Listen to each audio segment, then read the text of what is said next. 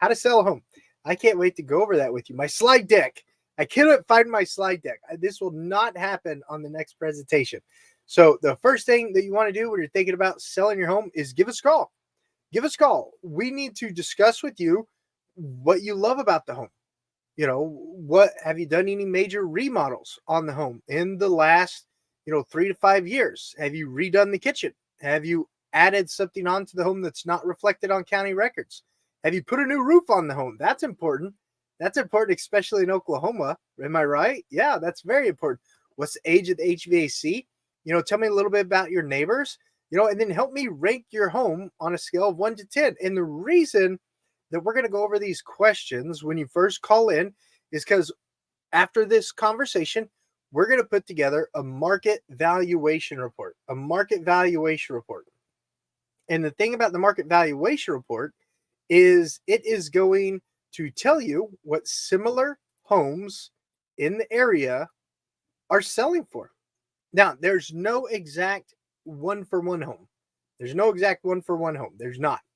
But this is going to get us as close as possible to knowing what buyers in the market are willing to pay for homes similar to yours. So we're going to put together this valuation report. And that's the reason for the first conversation. We need to gather as much data as we can before the site visit so we can pull the comparables and then get the range of value for homes similar to yours. We're going to give you the median, the high, and then splitting the difference. The median, the high, and then splitting the difference, okay? Based off the conversation, we'll be able to determine really close what the market's going to say the value of your home is.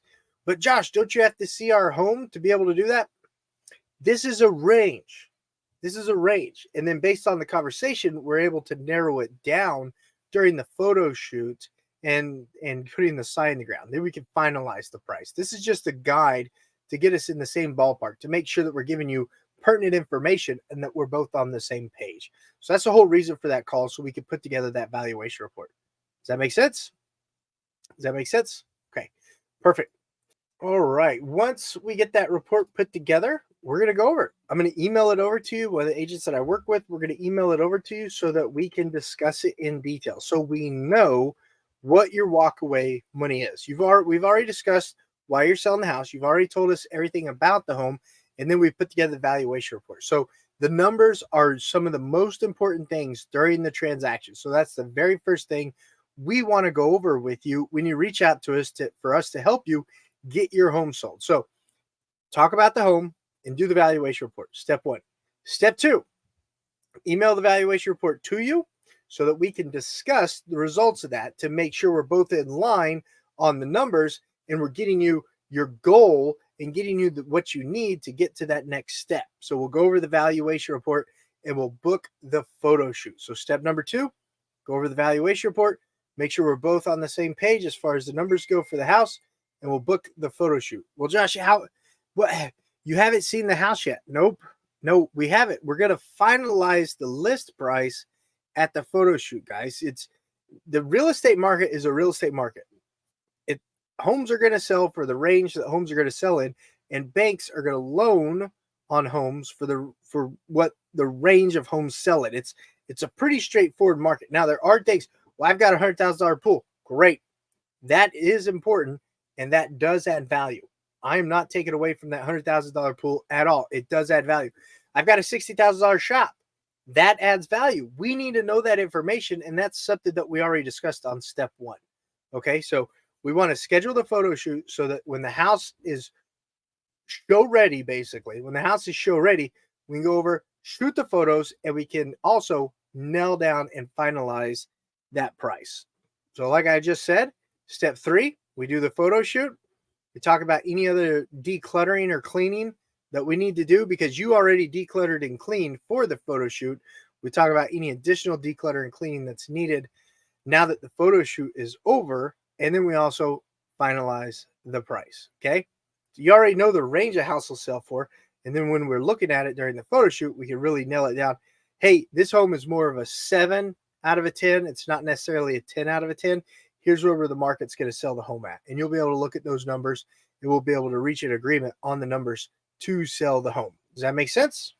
That's step number 3, photo shoot and finalizing the price. Step number 4, we will go active on the market. Step number 4, we'll go active on the market and we'll start doing showings. Now, also during the photo shoot, we discussed when showing times are good for you because we don't want you to show the house like if the baby's asleep. There's no reason to show the house during the baby's nap time. There's not. We can block it off. That way, you can still make sure the baby gets nap time, aka you're probably going to take a nap too, because I know what it's like when you got a little one at home and you don't get any sleep, and then we can show the house not during the baby's nap time. That's an example. If you celebrate the 7th day Sabbath, we'll block off Saturdays. No showings Friday night, no showings Saturday. It's not a big deal. The right buyer will see the value in your home and they will wait for that home. They're not going to not buy your home because you can't show it Saturdays. Okay. We set the showing scheduler up around your timeline to sell the house, to show the house. So don't be afraid to tell us when you can't show the house. I only want the house shown when it's convenient for you. I promise you. And you don't want to show it when it's not, because then you'll have a bad taste in your mouth. Step number 5, offers. Accepting offers. Okay. So you get an offer, and let's say the offer is not what you want it to be. Let's say the offer is closing in 2 weeks and you don't want to close in 2 weeks. Well, we just counter them, guys. We just counter the offer and we set it up to close in 2 weeks. It's not a big deal. Okay. If you need a longer closing, if you need a 30-day closing, that's okay. We can work around that. That's not a big deal. You do not want to lose sleep over countering the closing date. And if the buyer won't take a 4-week close, they only want to do a 2-week close, but it doesn't work out for you, then it's not meant to be, guys. It's not meant to be. Let's go get that next buyer. Let's go get that buyer that will close around a convenient time for you. I couldn't, unless you had a vacant home, I could not imagine closing in 2 weeks. I couldn't. I'll be upfront with you about it. We'll talk through the offer. We'll go over all the highlights on the offer. That way you will be able to make the most informed decision. That's the whole reason you're on this video today, and choose an offer that's best for you. And if you've got a family, you and your family, okay? The biggest part about accepting offers and negotiating offers is knowing that you hold the power by not having to accept anything. You're the seller. You don't have to sell your home. If you're in a situation where you have to sell your home, it's a little bit different. But in the scheme of things, the buyer wants to buy your home. You're not necessarily having to sell your home. 90% of the time, you don't have to sell it, right? The offer's got to work for you guys. And that's the key. That's the key to know when it's time to accept an offer. You can counter. You can make sub concessions. Like if they want to buy your house full price, but they want $12,000 in concessions. Well, if the market's not saying you have to pay $12,000 in concessions, we're going to let you know that. We're going to let you know that. We're going to say, hey, you don't have to do that. Maybe you raise the price by $6,000 and agree to pay $6,000 of their concessions. They're essentially paying $6,000 themselves. You're paying the other $6,000. You split it. Lots of different options when it comes to negotiating an offer and accepting an offer and the different things that you could do with that. Okay. Thumbs up. Is that helpful? Is that helpful? Okay, perfect. Inspections, title. I'm sorry my slide deck disappeared. I'm having to build these tabs and not use my slide deck, and I'm very sorry about that. Okay, now if you've watched any of my other courses, if you watch any of the buyer courses, now everything starts to align the same. So now you've accepted the offer, and we're going into the inspection, title, and financing stage. Inspection, title, and financing stage. All right, guys, this stage, real straightforward. As a seller, you're sort of just sitting back and relaxing. You're not doing much. You're going to let the buyer do their inspections. You're going to let the buyer do their appraisal, and the title is going to open up title, update the abstract, update the title report, and you're all going to look at that together. Okay, so right now, title's verifying title, the banker's verifying the buyer and the house, and the buyer is doing inspections on the home.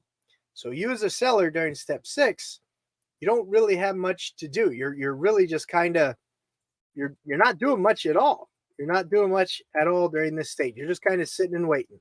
Step number 7, guys, they did their inspections, they did their appraisal, and the title work's done. things that might come up during this part of the transaction. The more knowledge you have about the sale of your home, the easier it is for you to sell it because you know the stages. This seems really boring, but these are literally the stages that you're going to go through as a seller to sell your home. So bear with me, and I appreciate your patience. Put your questions in the comments. I want to get them answered. So the buyer finishes their inspections and they turn in what's called a TRR form, treatment, repair, and replacement form. All right, guys, this is real simple. It's a list of items they would like you to fix to still be able to want to buy your home. That's all it is. And you as a seller, you get to look at it. You get to say, oh yeah, I would want that fixed too. Or no, there's nothing wrong with that. That's just how it works. The things you don't like, we one line through and we initial and say we're not going to do. The things you do want to do, we just leave it on there. It's that simple when it comes to the TRR form. That simple. Now, here's the key about the TRR form. The way the Real Estate Commission and the Oklahoma Bar Association put together the contract, I'm not an attorney, verify all this with an attorney, is if you and the buyer do not reach an agreement within the allotted time of the contract is terminated, guys. It's terminated.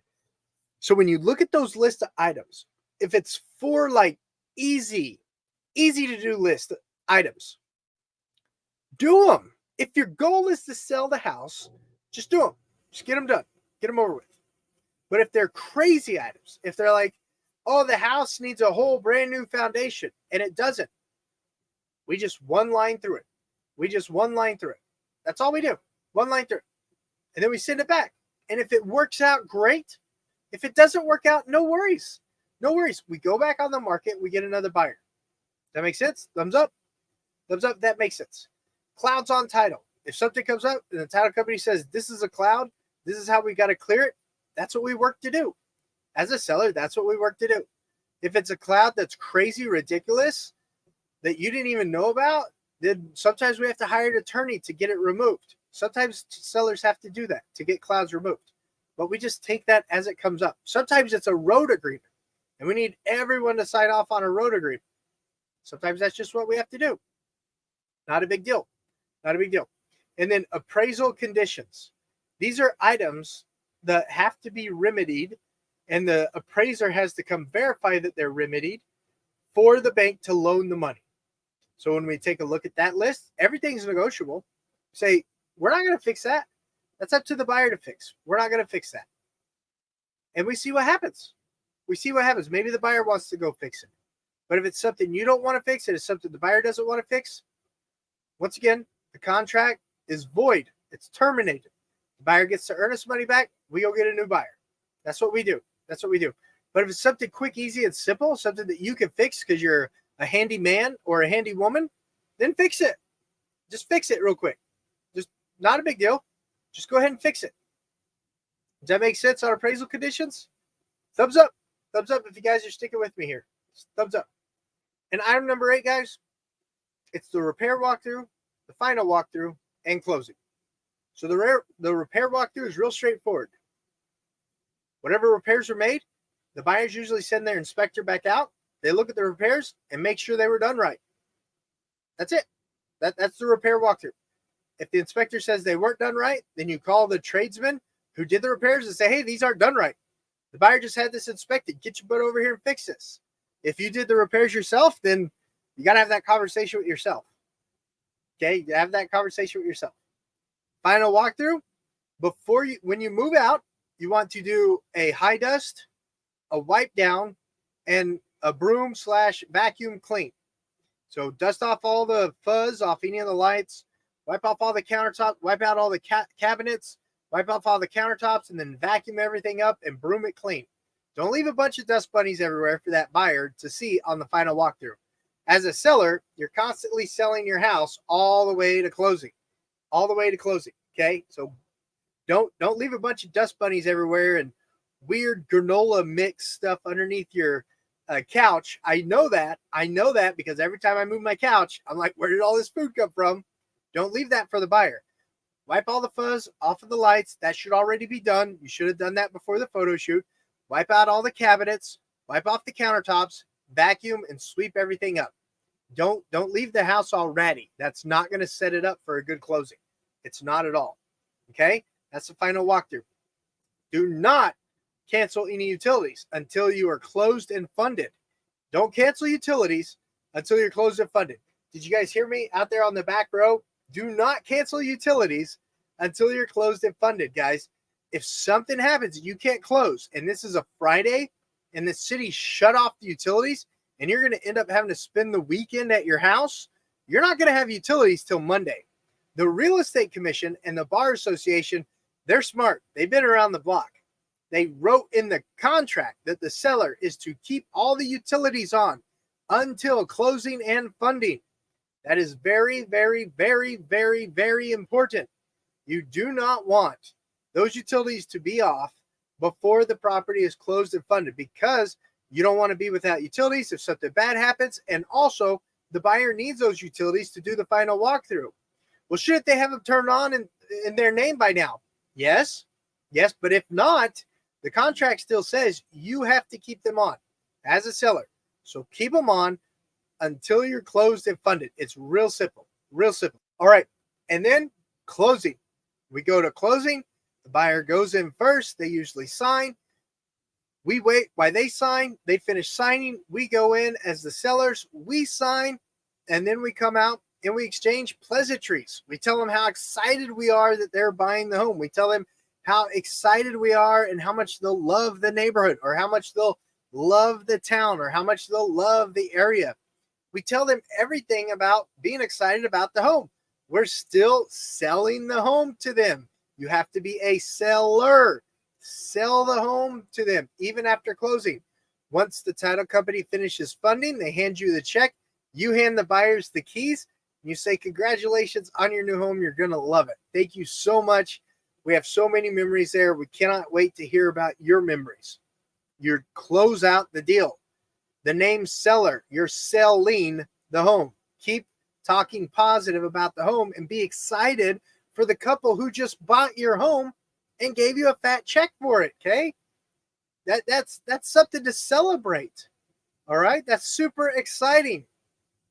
And then, of course, as soon as closing's over, call the utility companies, cancel the utilities, call your insurance agent, cancel the insurance on the property, and then make sure that you've got all your mail forwarded too, because you don't want a stack of mail showing up at a house that you don't own anymore. That's it, guys.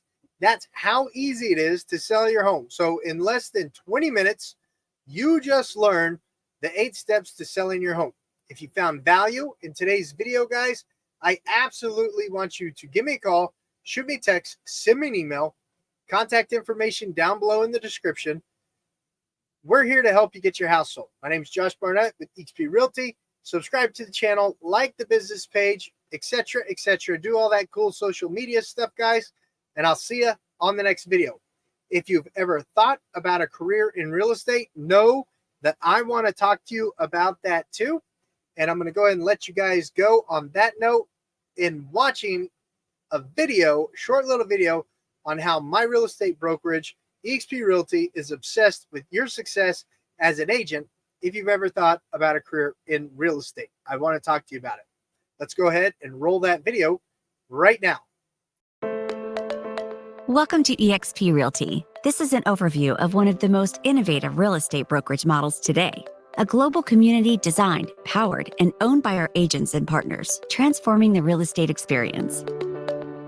Our family of agents build their own businesses while having equity opportunities in eXp World Holdings. As technology has transformed entertainment, hospitality, transportation, and retail, it's now transforming the real estate industry. There's been little to no innovation with the old-fashioned real estate models. Franchise brokerages all start with the company at the top, which feeds down to regions, followed by offices or market centers, followed by a local manager or team leader. The focus was on the brokerage and their brand, not on the agent and their business. The evolution of real estate brokerages has always been driven by how agents get paid. This can be clearly seen with eXp's growth compared to old-fashioned models. At eXp Realty, we've eliminated old-fashioned bloat by removing franchises, territories, brick and mortar, and redundant layers of management.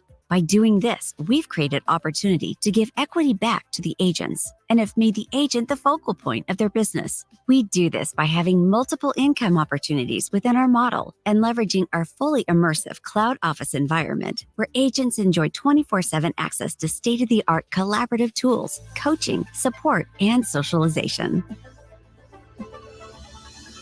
eXp Realty continues to experience consistent record-breaking year-over-year growth with a mission to reach 1 million agents globally. It all began in the United States and Canada, with eXp Realty perfecting the model over the first 10 years, laying the foundation for our global expansion. Our international footprint now expands over 6 of the 7 continents. Our core values define our culture and ensure decisions are always aligned. Like being agile allows us to make adjustments at any time for our agents and their clients. eXp is at the forefront of technology. Every agent gets their own lead generation CRM system called KV Core. For a non-eXp agent, it could cost over $5,000 a year. This industry-leading system provides you with a behavioral-driven, personalized IDX website, CRM, email, and text campaigns. You'll always be notified of your contact's behavior, helping you convert and close more transactions. SkySlope allows agents to manage their business totally paperless. This all-in-one transaction management system helps you effortlessly stay organized with your transactions. All of your important data is contained on one detailed checklist, so you have everything in one place. One of our top priorities is building our own technology. Our back office business intelligence center gives agents both autonomy and great visibility into their business. Within your dashboard, you'll be able to monitor your performance metrics, commissions, revenue share, equity awards, transactions, and more. Whether you need a quick postcard or a full presentation, the eXp Marketing Center has it all. You can edit marketing collateral within minutes by choosing from over 5,000 marketing pieces. In fact, when a new listing is added to your MLS, you'll get an email with marketing items created automatically for your listing. Welcome to eXp World, our 3-dimensional virtual cloud-based office environment.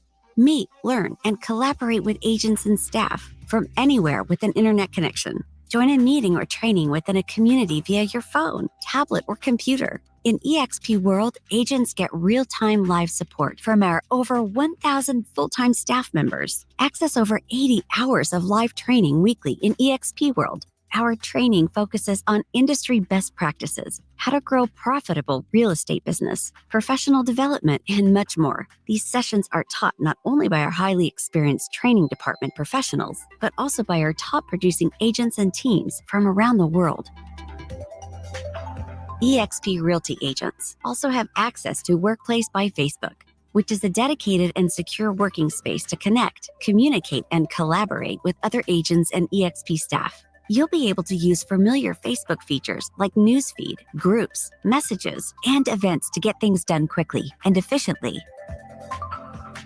We understand that some agents enjoy the office setting from time to time, which is why every agent at eXp gets a global membership to Regus shared offices and their new brand spaces. Regus offers 3,000 office locations in over 900 cities in 120 countries. Every agent at eXp has the opportunity to become a shareholder in eXp World Holdings. Earn equity awards for closing your first transaction each year, capping each year, and every time an agent you attracted joins eXp and does their first transaction. Our agent equity program helps agents prepare for retirement. You can elect to take 5% of your gross commission per transaction and buy the company's stock at a 10% discount. Our ticker symbol is EXPI. Note that some stock awards are subject to vesting. eXp's Icon Agent program is unmatched within the industry. Our founder, Glenn Sanford, strongly believes that top producing agents should be rewarded for their contribution. There are 2 ways to qualify for Icon status: $5,000 paid in post-cap transaction fees, or $500,000 annual GCI with a minimum of 10 closed transactions. When you achieve Icon status, you'll receive 100% of your cap that you paid to eXp back in the form of company stock, essentially putting you at a 100% commission split. One of the most exciting aspects of our compensation plan is our revenue sharing model, which allows you to build a monthly leveraged income by attracting productive agents to the company. Here's a breakdown of how the revenue sharing model works. Tier 1 contains the agents that you personally attracted to the brokerage. For each transaction on this tier, you'll get 3.5% of their total commission. This amount is taken out of eXp's 20%, not out of the agent's 80% commission. Once the agent has hit their annual cap, they start receiving 100% of their commissions. You therefore no longer receive income from their deals for the remainder of the year, which is why the max you can earn on this tier per agent is $2,800. You can earn on all 7 tiers, but it's contingent upon how many agents you've personally attracted to the brokerage and their level of production. For example, if you attract 5 producing agents, you earn exponential share in commissions on Tier 1 and Tier 2, which are agents that your Tier 1 agents attracted. If you attracted 10 producing agents, you earn exponential share in commissions on Tier 1, Tier 2, and also on Tier 3, which are agents that your Tier 2 agents attracted. On Tiers 4 through 7, you'll still receive a reduced share in commissions, which is called our expansion sharing. So let's go through a quick example of how you can create a monthly leveraged income through the revenue share program. Here's you. You personally attract 5 capping agents. Then each of those 5 agents attract 5 capping agents of their own, giving you 5 agents of Tier 1 and 25 agents on Tier 2. For the 5 capping agents on Tier 1, you earn up to $2,800 each. And for the 25 capping agents on Tier 2, you earn up to $3,200 each, giving you an annual leveraged income of up to $94,000. But note that these figures are based on each one of these agents' capping, which is approximately selling $2.7 million of real estate per year, with an average commission of 3%. You can speak to an eXp agent or staff member for further explanation. Express offers a revolutionary new home selling option for homeowners who want to skip the hassle and uncertainty of a traditional home sale. The platform connects sellers with institutional buyers who can pay cash and close quickly. Unlike other iBuyer platforms, Express Offers allows agents to receive real estate commissions. At eXp, you'll never pay a desk fee, royalty fee, or franchise fee. Every agent is treated equally and is on an 80-20 split, which caps each year at $16,000. You then receive 100% commission for the remainder of your year. Here's the amazing part. It's only $149 to join eXp, and that includes your first month's $85 brokerage fee. On each transaction, there's a $25 broker review fee and a $40 risk management fee. The risk management fee caps at $500 each year. We're also excited to announce that we've added a low-cost healthcare alternative. Our agents get a one-on-one virtual consultation to ensure they've selected the right plan. eXp Realty continues to set industry records, becoming the #1 independent brokerage in the U.S. for closed transactions. For more information, reach out to the agent who shared this video with you. About that, guys. If you ever thought about a career in real estate, I'd love to chat with you more. What'd you like most about that part of the video? Comment down below. All right, guys. Give me a call, shoot me, text me an email. If you're thinking about selling your home in Oklahoma, I'd absolutely want to help you with that. The agents that I work with, that's what we do. And I'll see you guys on the next video.